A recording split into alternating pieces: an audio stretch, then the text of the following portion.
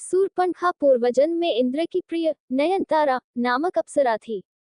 पृथ्वी पर एक वज्रा नामक एक ऋषि घोर तपस्या कर रहे थे।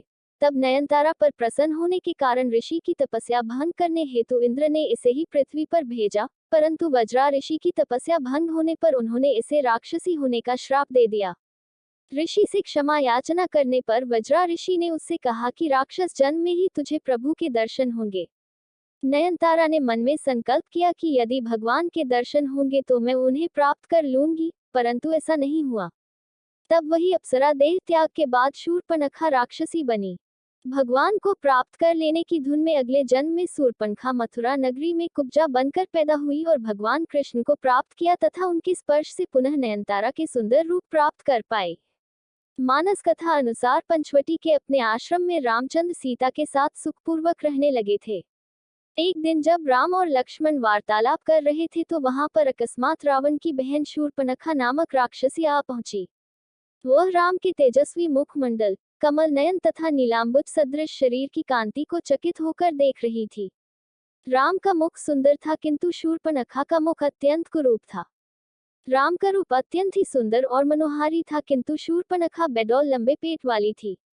राम के नेत्र विशाल एवं मनोहर थे किंतु शूर्पणखा की आंखें कुरूप तथा डरावनी थी। राम की वाणी मधुर थी किंतु शूर्पणखा भैरवनाद करने वाली थी। राम का रूप मनोहर था किंतु शूर्पणखा का रूप विभत्स एवं विकराल था।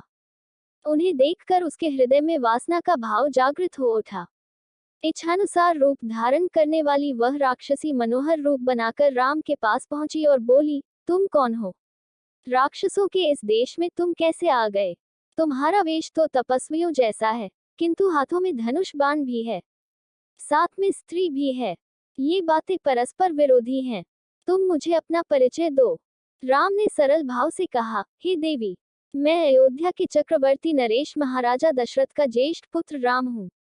मेरे साथ मेरा छोटा भाई लक्ष्मण और जनकपुरी के महाराज जनक की राजकुमारी तथा मेरी पत्नी सीता हैं। पिताजी की आज्ञा से हम 14 वर्ष के लिए वनों में निवास करने के लिए आए हैं। यही हमारा परिचय है। अब तुम अपना परिचय देकर मेरी इस जिज्ञासा को शांत करो क्योंकि मुझे प्रतीत होता है कि तुम कोई इच्छानुसार रूप धारण करने वाली राक्षसी हो। राम के प्रश्न का उत्तर देते हुए वह राक्षसी बोली, मेरा नाम शूर्पणखा है। मैं लंका के नरेश परम प्रतापी महाराज रावण की बहन हूँ। समस्त संसार में विख्यात विशालकाय कुंभकर्ण और परम नीतिवान विभीषण भी मेरे भाई हैं। वे सब लंका में निवास करते हैं। पंचवटी के स्वामी अत्यंत पराक्रमी खर और दूषण भी मेरे भाई हैं। संसार में शायद ही कोई वीर ऐसा होगा जो इन दोनों भाइयों के साथ समरभूमि में युद्ध करके उन्हें पराजित कर सके। मैं सर्व प्रकार से संपन्न हूँ और अपनी इच्छा तथा शक्ति से समस्त लोकों में विचरण कर सकती हूँ। ये तुम्हारी पत्नी सीता मेरी दृष्टि में कुरूप, ओछी, विकृत मानवी है और तुम्हारे योग्य नहीं है। अतः तुम मेरे पति बन जाओ, मैं ही तुम्हारे अनुरूप हूँ। इस अबला सीता को लेकर तुम क्या करोगे? तुम्हारी भार्या बनने के पश्चात मैं तुम्हारे भाई और सीता को खा जाऊंगी और तुम्हारे साथ विचरण करूंगी।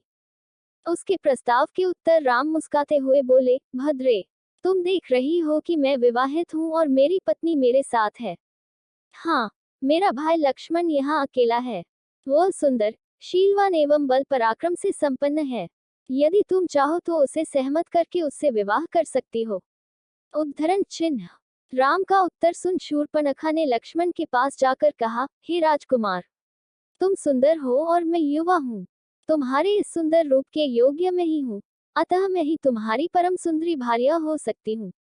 मुझे अंगीकार कर लेने पर तुम मेरे साथ इस दंडकारण्य में सुखपूर्वक विचरण कर सकोगे। शूर्पणखा के इस विवाह प्रस्ताव को सुनकर वाक्पटु लक्ष्मण ने कहा, सुंदरी, मैं राम का एक तुच्छ सा दास हूँ। मुझसे विवाह करके तुम केवल दासी कहलाओगी। अच्छा यही है कि तुम राम से ही विवाह करके उनकी छोटी भार्या बन जाओ। तुम्हारा रूप सौंदर्य उन्हीं के योग्य है। उद्धरण चिन्ह। लक्ष्मण के परिहास को न समझकर शूर्पणखा ने उसे अपनी प्रशंसा समझा। वह पुनः राम के पास जाकर क्रोध से बोली, हे राम, इस कुरूपा सीता के लिए तुम मेरा विवाह प्रस्ताव अस्वीकार करके मेरा अपमान कर रहे हो। इसलिए पहले मैं इसे ही मार कर समाप्त किए देती हूँ, फिर तुम्हारे साथ विवाह करके मैं अपना जीवन आनंदपूर्वक व्यतीत करूंगी। इतना कहकर प्रचंड क्रोध करती हुई शूर्पणखा विद्युत वेग से सीता पर झपटी।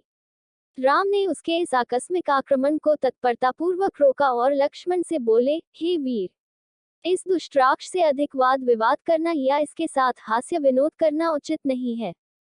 इसने तो जानकी की हत्या ही कर डाली होती। तुम्हें इस कुरूपा और कुलटा राक्षसी को उसके किसी अंग से विहीन कर देना चाहिए।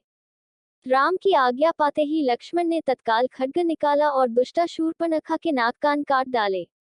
शूर्पणखा भगवान को डायरेक्ट पाना चाहती थी, जबकि भगवान को पाने के लिए वैराग्य भक्ति का होना जरूरी है। इसीलिए श्री राम ने शूर्पणखा को लक्ष्मण जी के पास भेजा जो वैराग्य स्वरूप है, लेकिन शूर्पणखा की समझ में नहीं आया। फिर पुनः भेजा। फिर माता सीता जो भक्ति स्वरूप है उनको मारना चाहा, तब लक्ष्मण जी ने नाक कान काट लिए। पीड़ा और घोर अपमान के कारण रोती हुई शूर्पणखा अपने भाइयों खरदूषण के पास पहुंची और घोर चीत्कार करके उनके सामने गिर पड़ी। उसके बाद राम से बदला लेने के लिए अपने भाइयों को उकसाया और तब रावण ने सीता हरण कर लिया।